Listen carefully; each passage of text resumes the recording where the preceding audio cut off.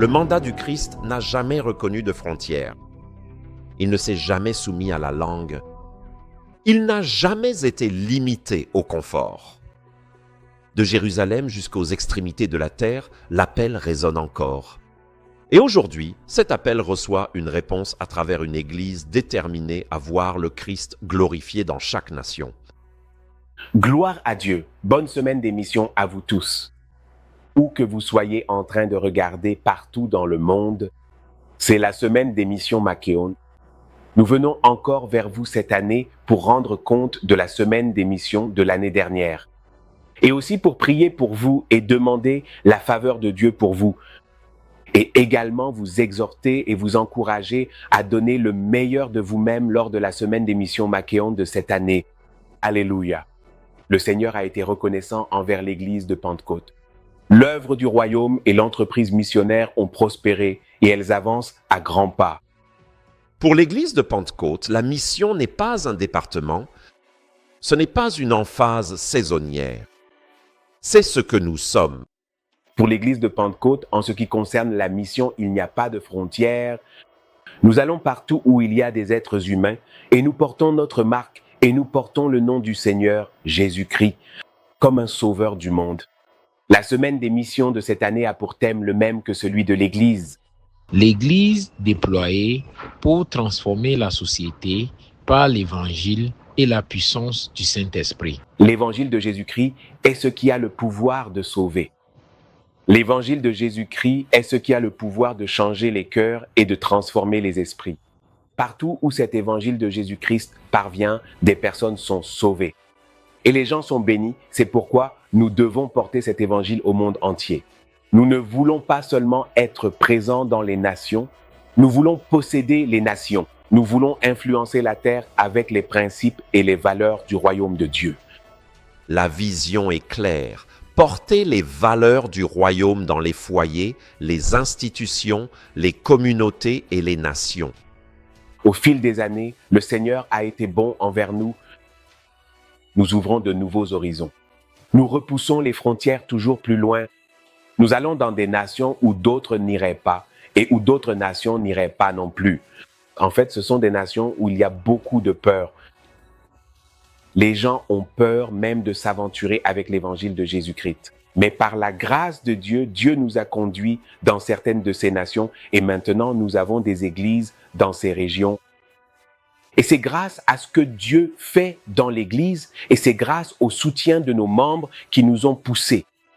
L'année dernière, l'Église a donné généreusement pour les missions. Ces ressources ne sont pas restées sur des comptes.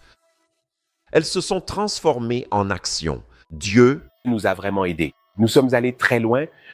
Nous pouvons dire à la gloire de Dieu que 21 nouvelles nations ont été ajoutées au catalogue des nations où l'Église de Pentecôte est présente. Actuellement, nous sommes présents dans 211 nations. Si vous regardez la carte du monde, vous pouvez voir que l'Église de Pentecôte couvre désormais presque toute la planète. Avec des nations où auparavant, il aurait été très difficile pour nous d'entrer. Sur tout le continent africain, l'Église de Pentecôte est présente dans chaque pays. Si vous allez en Amérique du Sud, il ne reste plus que l'Uruguay.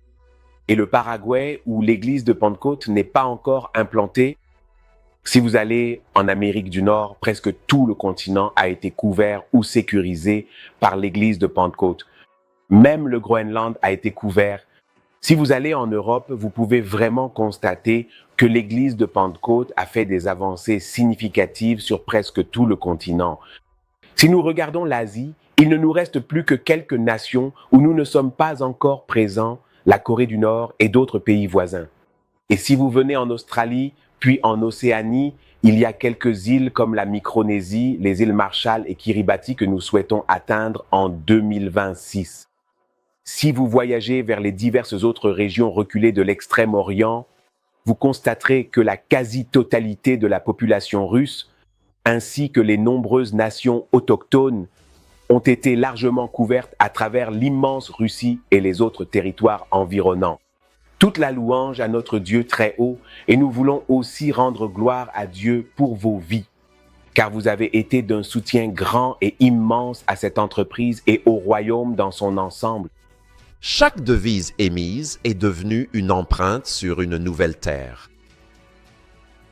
Parmi les catalyseurs les plus puissants de l'expansion internationale figure Pensa International. Nous pouvons dire que ce programme, faisant partie de la vision tant pour 2023 que pour la vision 2028, a vraiment aidé l'entreprise. De nombreuses universités, des universités de renommée mondiale, ont déjà été intégrées. Nous parlons de l'université Johns Hopkins aux États-Unis, l'université de Virginie aux États-Unis, Manchester, Glasgow, Leeds et la King's University à Londres. Ce sont des universités de renommée mondiale parmi d'autres universités réparties à travers le globe, grâce auxquelles, par l'intermédiaire de Pensa International, notre programme institutionnel a pu prendre forme. Non confiné au Ghana, non limité aux salles de réunion, un mouvement d'étudiants et de jeunes professionnels qui redessinent les territoires. Récemment, nous sommes partis en partenariat avec nos frères et sœurs du Royaume-Uni vers l'île de Man et Gibraltar.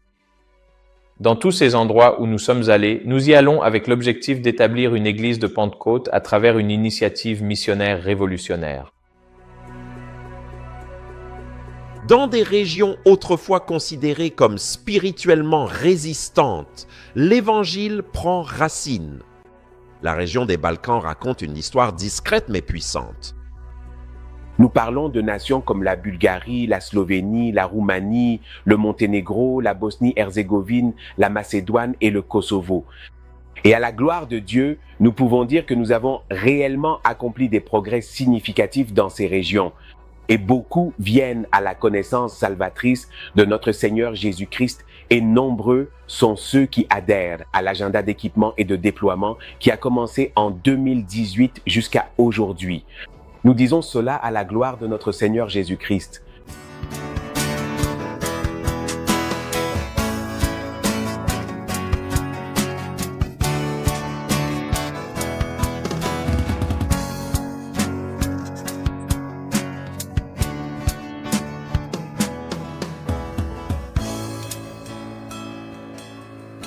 Salutations et bénédictions de Sofia, Bulgarie, région des Balkans, Europe de l'Est.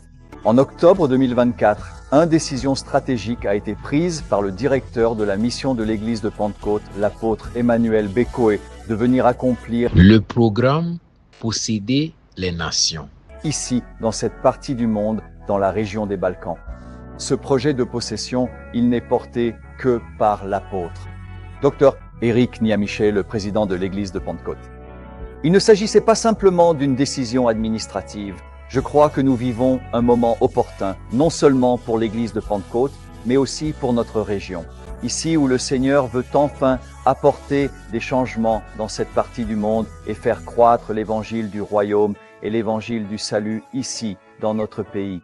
L'idée était de faire appel aux indigènes, d'impliquer des personnes locales qui parlent la langue et connaissent la culture. Et d'essayer de voir si nous serions capables de réaliser la grande vision et de mener à bien le projet de possession avec les populations locales autochtones. Au début, certains se demandaient si cela était possible ou non. Mais chers amis, je suis très heureux de vous dire que de la Bulgarie en octobre 2024 jusqu'à maintenant, en novembre 2025, nous avons vu plusieurs pays s'ouvrir au concept d'église de la ville. Nous voyons la Macédoine s'ouvrir avec un leader autochtone, portant la vision là-bas. Nous voyons aussi le Monténégro, la Croatie, la Slovénie déjà établir des œuvres, des baptêmes d'eau et de nouvelles âmes ajoutées au royaume. Dernièrement, nous avons déjà eu le Kosovo et aussi la Moldavie, avec les jeunes qui portent la vision de transformer la société par l'Évangile et la puissance du Saint-Esprit.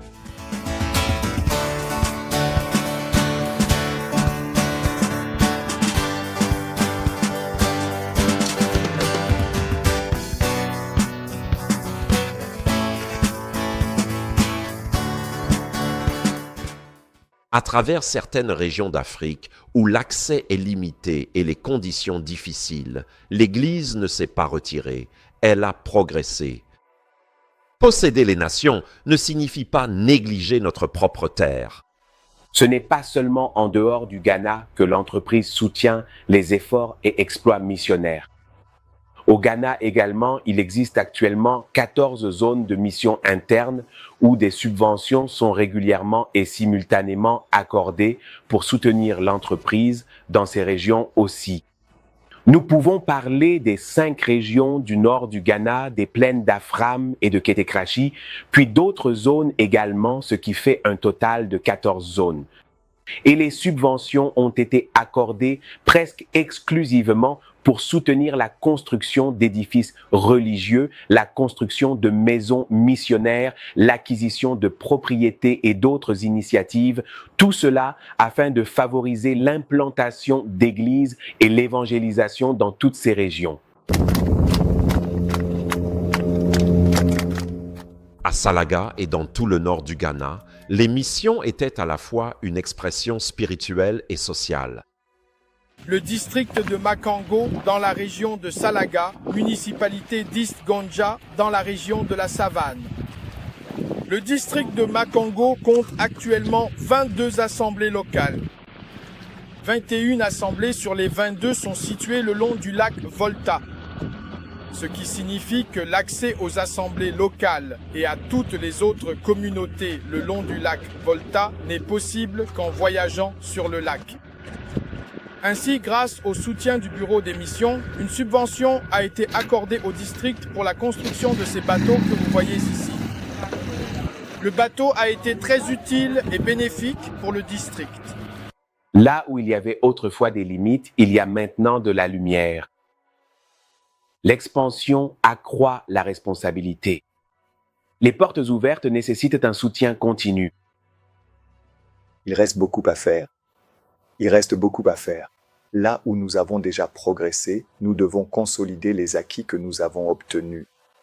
Et donc, il reste encore beaucoup de travail à accomplir. Et nous ne devons pas simplement nous reposer sur les succès que nous avons remportés jusqu'à présent. Mais nous devons persévérer jusqu'à ce que nous possédions toutes les nations du monde. Il y a encore d'autres terres à conquérir.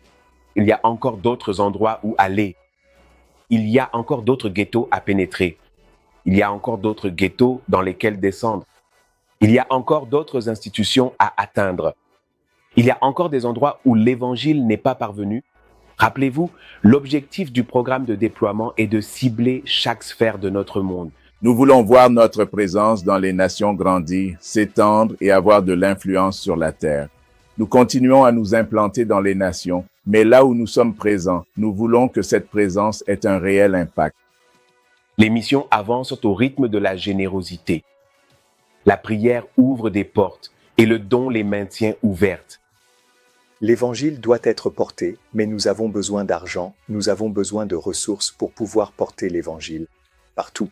Nous avons très bien progressé en tant qu'Église, mais nous pouvons encore faire davantage, car le Seigneur pourvoit à nos besoins. Nous devons encore nous implanter dans d'autres nations et, là où nous sommes déjà présents, nous devons trouver des maisons missionnaires pour nos ministres, envoyer des missionnaires dans ces endroits, leur fournir des véhicules, assurer leur mobilité et tout ce qui s'ensuit. Tout cela nécessite de l'argent. L'œuvre missionnaire nécessite de l'argent. Nous voulons donc vous encourager à donner et à donner généreusement. Nous vous lançons un appel solennel et nous vous encourageons vivement à vous investir encore plus intensément que l'année dernière, à donner avec plus de générosité, à prier avec plus de ferveur et à aimer avec plus de profondeur. Vous savez, nous n'avons jamais gaspillé votre argent. Nous venons toujours vers vous avec de bonnes nouvelles. Alors continuez à donner. Les nations répondent, les jeunes se lèvent, les communautés changent. Et grâce à vos prières, à vos dons, à votre obéissance, l'Église continue d'avancer. Alors donnez encore plus afin que nous puissions aussi élargir notre frontière en ce qui concerne l'œuvre missionnaire. Je sais que vous allez donner. Que le Seigneur vous bénisse.